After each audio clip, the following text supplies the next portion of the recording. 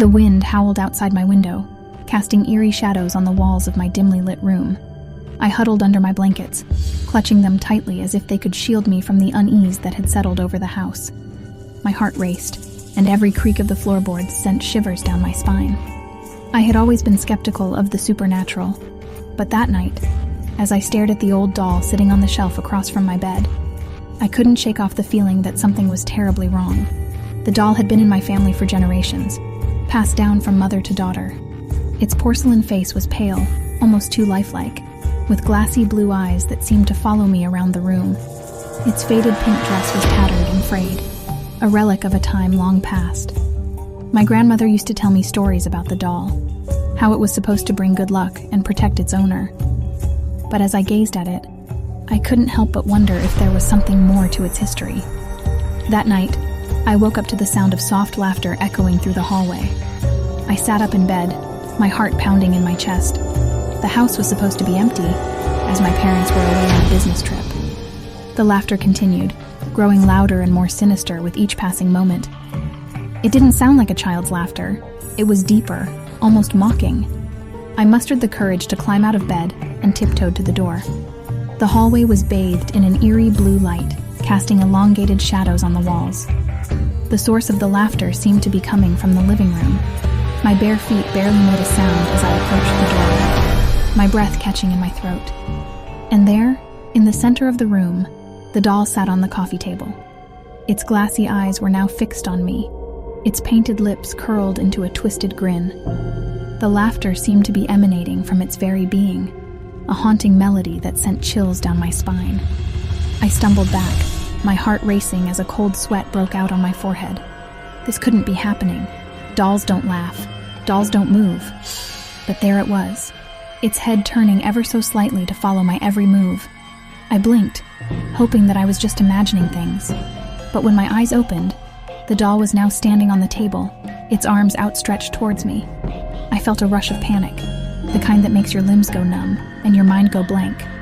I turned and fled back to my room, slamming the door shut and locking it behind me. I paced back and forth, my mind racing as I tried to come up with a logical explanation. Maybe I was just dreaming. Maybe I had been sleepwalking. But deep down, I knew that wasn't the case. The doll had moved. It had laughed. And I couldn't ignore the sinking feeling that it was after something, or someone. As the hours ticked by, I sat on my bed, clutching my phone and debating whether to call my parents. They wouldn't believe me. Heck, I could barely believe it myself. But the fear that had settled in the pit of my stomach was too real to ignore. I had to do something. With trembling hands, I grabbed a flashlight from my bedside table and slowly opened the door. The hallway was dark now, the blue light gone. I took a deep breath and walked towards the living room, the flashlight beam trembling as I pointed it ahead of me. And there, in the middle of the room, the doll was waiting. It was no longer on the table. It was standing on the floor, its eyes gleaming in the dim light. I swallowed hard, my throat dry, and took a step back. The doll's head turned, its gaze locking onto me. And then, with a swift, unnatural movement, it started to move towards me. I turned and ran, my heart pounding in my chest. The doll's laughter echoed through the house, growing louder and more menacing. I stumbled into my room, my breath coming in ragged gasps.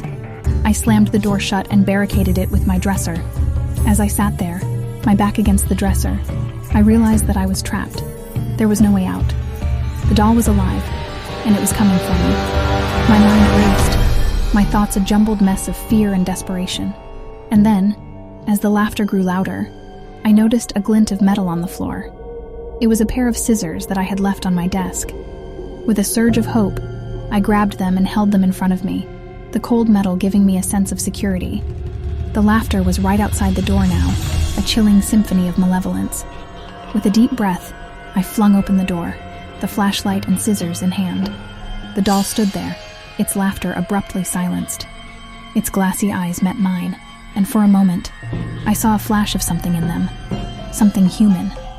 And then, with a swift movement, I plunged the scissors into its chest.